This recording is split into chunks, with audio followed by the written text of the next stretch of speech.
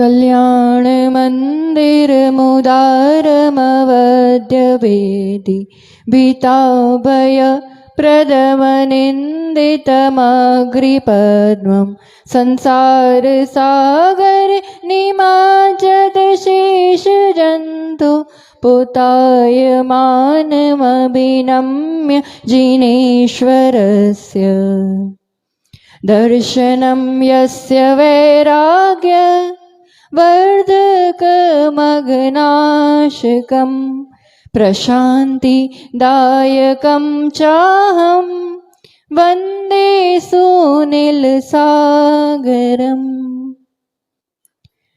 जय बोलो देवादिदेव खजाराज श्री आदिनाथ भगवान की। मुनिकुंज ज्येष्ठाचार्य श्री आदि सागर जी महाराज की।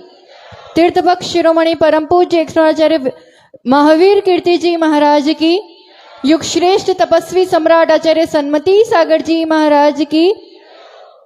चतुर्थ पट्टाधीश्चर्य चक्रवर्ती राष्ट्र गौरव प्राण गुरु श्रेष्ठ आचार्य भगवान सुनील सागर जी गुरुदेव की।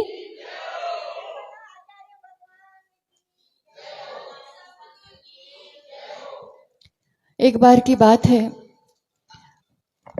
एक गुरु के चरणों में बहुत वर्षों से कुछ भक्तगण सेवारत थे, शिष्य टाइप से ही समझ लो, और कई वर्ष हो गए, उनकी घर गृहस्थी भी थी, सब था, पर समर्पित थे वर्षों से कि बस हमें सेवा करना है। अब बहुत वर्ष हो गए तो उनके जो गुरु थे उनको भी लगा कि इनको कुछ तो देना चाहिए, और दोनों के लिए कहा कि जाओ तुम्हारे पास एक दिन का समय है, अपने परिवार से पूछ लो। दो जने थे एक जैसे, तो पहले वाले को कहा कि तुम 3 चीजें मांग सकते हो, कल सुबह आ जाना परिवार को लेकर के। ठीक है, वो गया और बात की, अब क्या मांगे गुरु से, कि अब जो मांगेंगे मिल जाएगा, सेवा के लिए फल कहा है। तो वो व्यक्ति, उसकी धर्मपत्नी, उसकी माँ, तीनों सुबह पहुंचते हैं, और जब गुरुदेव कहते हैं कि क्या चाहिए बोलो, तो वो जो बहू होती है वो इतनी सास और बहू इतने कंटाल चुके होते हैं एक दूसरों से कि सास सीधा ऐसा कहते हैं कि ये बहू को गधी बना दो, तो बन जाती है। वो तो समझने लायक है बात। तो जो बहू थी वो तुरंत कहती है ये कुत्ते की तरह मेरे को लड़ती रहती है, इसको कुत्ती बना दो। वो दोनों ऐसे बन गए। दो अवसर चले गए, 3 चीजें मांगना था। तो पति खड़ा था, तो वो कहते गुरुजी आप तो 2 जैसे थे वैसे बना दो, मेरी जिंदगी का क्या होगा। और 3 अवसर उसके जीवन से चले गए कषाय में। तो दूसरा वाला भक्त था, उसकी बारी आई, तो अब तो गुरुजी कहते तुम्हें तो एक ही बारी दूंगा, ये 3 अवसर दूंगा ही नहीं, तुम्हें जो चाहिए कल सुबह के ले जाना।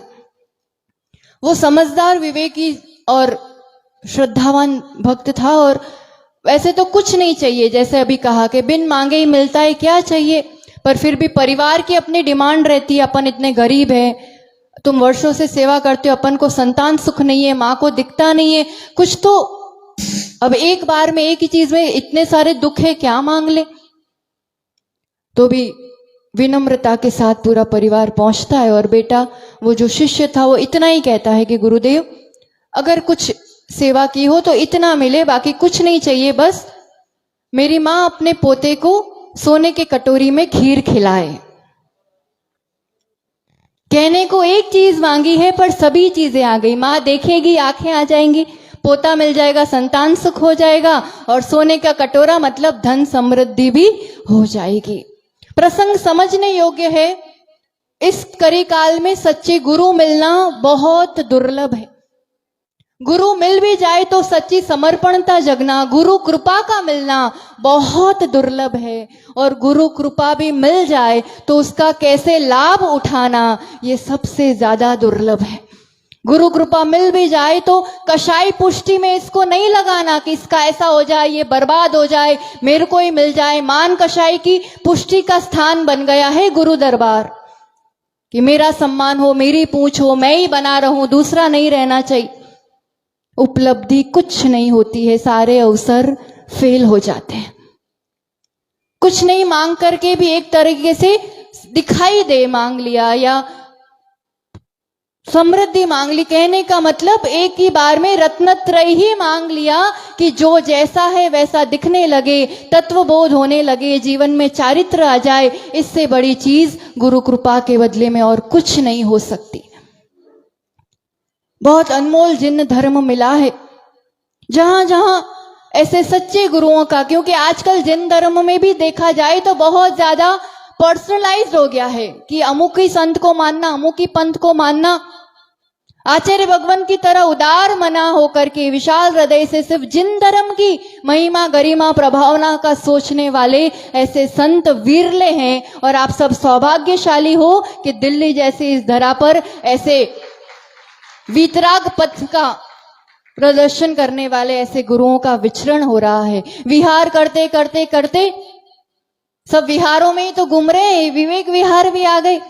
विहार करते करते विवेक को जगाने के लिए, सत्य का बोध कराने के लिए, वास्तविकता अपना जिन धर्म इतना महान है खुद तो समझे, और ये समझ में गुरु के माध्यम से ही आता है। और इस तरह की महिमा गरिमा होती है कि फिर अपने जीवन से अजैन आदि दूसरे भी इसकी महिमा समझते हैं। और ऐसा हुआ है। अभी आप सभी गुरु भक्ति पूजन सुन रहे थे। बागड़ के ऐसे पगले दीवाने भक्त हैं कि जहां जहां गुरु के चरण पड़े वैसे दौड़े चले आते हैं और गुरु की महिमा करना ऐसे जानते हैं कि वो ही नहीं, पूरा का पूरा गांव, पूरा का पूरा शहर, वो जहां जाते हैं गुरु के चरणों में लोटपोट हो जाते हैं। यहाँ तो बहुत सरलता से पाद प्रक्षालन का अवसर आप सबको मिल जाता है, अच्छी बात है। वहां के तो गांवों में ये हालत है, शहरों में, कि अजैन लोग लाख लाख 2-2 लाख की बोली लेकर के पाद प्रक्षालन का सौभाग्य प्राप्त करते। चल करके ही गुरु दर्शन करूंगा, एक गांव से दूसरे गांव, ऐसे संकल्प करते। कितने ही अजैन भक्त ऐसे जो मुसलमान तक इनके चरणों में आकर के नॉनवेज का, मांसाहार का त्याग करते हैं। इस टाइप की जिन धर्म की महिमा गरिमा। छोटा सा गांव है, वहां के आदिवासी आकर के कहते हैं कि काश हमें जिन धर्म मिला होता, काश हम आपके जैसे गुरु मिले होते। पिछले वर्ष की इन्हीं दिनों की बात है। ऐसी तीव्र गर्मी में, भीषण गर्मी में विहार करते हुए, दोनों टाइम पद विहार करते हुए मारवाड़ की मारधाड़ गर्मी में प्रवेश किया था। नागौर में मारवाड़ की राजधानी, वहां पे पंचकल्याणक चल रहा था। जिन गुरुओं की महिमा से क्या नहीं होता है। वहां पर ऐसे तो बहुत सुंदर व्यवस्था और बढ़िया पंडाल और एसी पंडाल, मतलब श्रावकों के हिसाब से यहाँ तो कुछ भी नहीं चलता है। आप लोग ने देख ही लिया है, कुछ कहने की जरूरत नहीं है। बाहर के एसी के उनको जरूरत पड़ती है जो अंदर में गर्म हो। यहाँ तो जिनकी अंतरात्मा ही कूल है, जहाँ एडजस्टमेंट और कॉम्प्रोमाइज का एसी है, वहां पर कोई पराधीनता, बाह्य साधनों की जरूरत नहीं पड़ती। ऐसी गर्मी में जब वहां पर पंचकल्याणक चल रहा था, पहले दूसरे दिन की बात है, अचानक से, और पांडाल कैसा था, बिल्कुल टेरिकॉटन साटिन का कपड़ा जो बहुत जल्दी आग पकड़ती है और एकदम पतला, एक लेयर बस। और अचानक से कहां तो आग पकड़ी, पता ही नहीं चला। और वो आचार्य भगवान की नजर, क्योंकि आपको पता है कोई सीसीटीवी कैमरा नहीं, उनकी नजर ऐसी है कि एक बार में सब कुछ कैद कर लेती। तुरंत स्टेज पे से उनकी नजर पड़ी और वो आग 1 सेकंड 2 सेकंड लगता, धड़ धड़ धड़ पूरी फैलती जाती और पूरा पंडाल तहस नहस हो जाता। 2 से 3 मिनट तक वो उतने ही एरिया में ऐसे ऐसे घूमती रही, उतने में ही और बुझ गई। ऐसी हुआ करती है गुरुओं की दृष्टि कृपा। अनेकों प्रसंग है, कितने सुनाए हम। तो अभी आज मुख्य रूप से ये 2 मिनट में कहना चाहेंगे कि जिन धर्म की, जिन गुरुओं की महिमा हम तो समझे, पर जब आपके आशीर्वाद से कैलाश नगर गए थे तो वहां बेटियों के लिए और सबके लिए जो एक आयोजन था, उसमें एक RSS के सेवक आए थे, उनका भी उद्बोधन देने के लिए। और उन्होंने बताया कि आज के समय में स्पेशली दिल्ली, गाजियाबाद, सब जगह इतना ज्यादा बढ़ रहा है मुसलमान अपना प्रभाव बच्चों पर दिखाने का। एक बच्चा बस इतनी जिद अपने मम्मी पापा से कर रहा, मुझे मोबाइल चाहिए, और माता पिता कह रहे 10वीं पास कर ले फिर दूंगा। ये जिद और ये कंट्रोवर्सी सब सुन रहा है एक व्यक्ति, और फिर वो व्यक्ति उस बच्चे को कांटेक्ट करता है कि मैं तुम्हें सिर्फ 200 रुपए में मोबाइल दूंगा। और इतने लालच में इस तरह से थोड़ा सा फंसाने में आज वो हाल है कि वो बच्चा जिन मंदिर तो गया हो नहीं गया हो, तीनों टाइम आज नमाज पढ़ने के लिए जाता है।